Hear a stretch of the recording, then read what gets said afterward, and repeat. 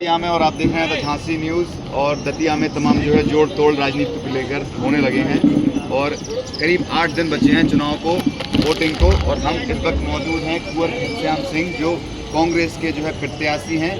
राजन भारती के बाद जो है कांग्रेस के प्रत्याशी हैं उपचुनाव में। तो हम बातचीत करेंगे कि जो जोड़ तोड़ हो रहा है दतिया में, कई टिकट इसको लेके उसको दे रहे हैं, कहीं उसको। पूरी राजनीति जो है बदल चुकी है, तमाम बवाल हुआ था, आप सब ने देखा था। तो हम बातचीत करेंगे। हम इस वक्त जो है कुंवर घनश्याम सिंह जी के जो है आवास पर मौजूद हैं और कार्यालय पर मौजूद हैं और तमाम जो समर्थक आपको दिख रहे हैं इनसे बातचीत करेंगे कि राजनीति की हवा किस तरफ चल रही है, इन लोगों का क्या कहना है और ये किस नज़रिए से जो है राजनीति को देख रहे हैं। आज की दतिया की उपचुनाव में जो है किसकी जीत होने वाली है, हालांकि इतना प्रेडिक्ट कोई नहीं कर सकता है, फिर भी एक अनुमान जो है हम पूछना चाहते हैं इनसे कि किसकी तरफ जो है ये लोग बताते हैं कि कौन कितने वोटों से जो है जीत सकता है। बातचीत करेंगे। भाई साहब क्या नाम है? कमलेश साहब। साहू जी, सबसे पहले तो देश में जो चल रहा है उसके ऊपर बातचीत करेंगे हम, क्योंकि ना करेंगे तो पत्रकार किस नाम के।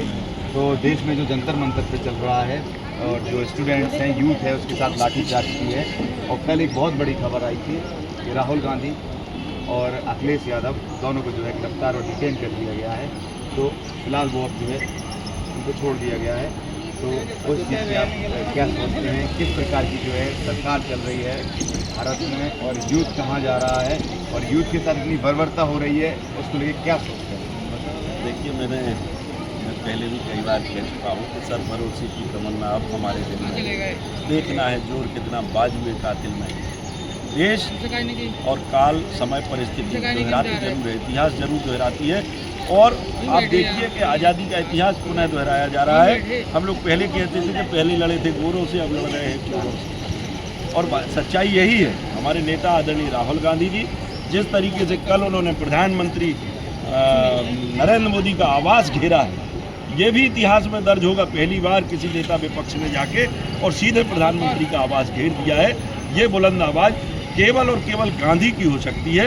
एक वो गांधी था और एक हमारा गांधी है, राहुल गांधी है। हम कहते हैं ना कि नए अंग्रेज आए हैं, नया गांधी बनाएंगे, एक ऐसी आंधी बनाएंगे देश को, देश के दोस्तों को जो उड़ा कर ले जाएगी। मैं वही कहना चाहता हूँ कि जिस तरीके से अखिलेश यादव जी को, प्रियंका गांधी जी को और राहुल गांधी जी को गिरफ्तार किया है, नरेंद्र मोदी जी को हम दतिया की धरती से आगाह करना चाहते हैं कि अभी तो केवल राहुल गांधी ने गिरफ्तारी दी है, पूरे देश के अंदर नौजवान गिरफ्तारी देगा।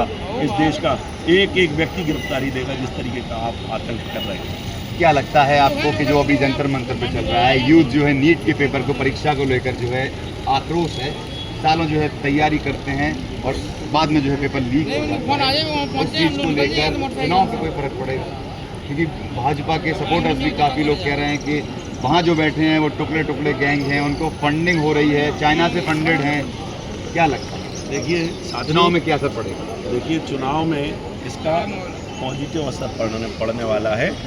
भारतीय जनता पार्टी के लोग कुछ भी कहें, वो तो कह रहे हैं टुकड़े टुकड़े गैंग है, विदेश से फंडिंग हो रही है। वहाँ जो लोग दिखाई दे रहे हैं, कल मैंने एक वीडियो देखा, एक छोटा सा बच्चा एक डिब्बे में रख के मूँगफली, प्याज और अचार खा रहा है। आप कल्पना करिए, अमेरिका से यदि फंडिंग हो रही होती तो वो मूंगफली खाता, आम का अचार खाता, चना खाता। चाइना से फंडिंग हो रही होती तो आदमी वहाँ लाठी खाता।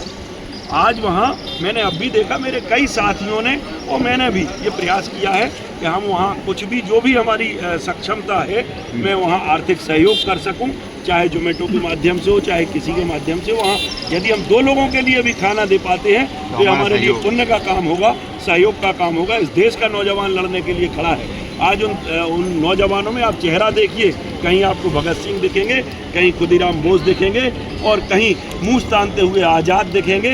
प्यारे साथियों, ये बिल्कुल सच्चाई है।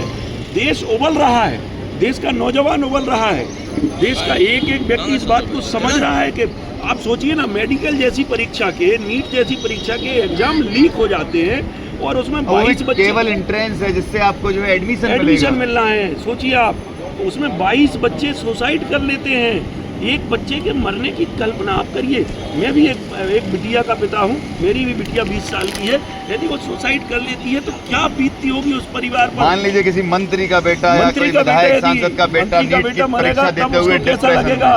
धर्मेंद्र प्रधान का बेटा आज विदेश में पढ़ रहा होगा, यदि उनके बेटे ने सुसाइड की होगी, फिर मैं पूछना चाहता हूं उनसे, अपने कलेजे पर हाथ रख के बताएं धर्मेंद्र प्रधान इस्तीफा देने के लिए डर रहे हैं। ये लोकतंत्र है, लोकतंत्र में जिम्मेवारी लेना पड़ेगी उनके लिए, निस्संदेह लेना पड़ेगी। पूरे देश का आवाम जा रहा है, आज पंजाब के किसान जा रहे हैं, हरियाणा के किसान जा रहे हैं, कल दतिया का आदमी भी जाएगा। यहाँ का चुनाव निपटने दो, उस तरफ कूच करेंगे लोग, पूरे देश भर से लोग जाएंगे और पूरा दिल्ली घेर देंगे। ये वो हस्तिनापुर नहीं रहेगा। एक हस्तिनापुर का इतिहास पुराना है। धृतराष्ट्र जैसी आंख पर पट्टी बांधकर यदि धृतराष्ट्र ने यदि अन्याय किया था, अत्याचार किया था, तो महाभारत हुआ था।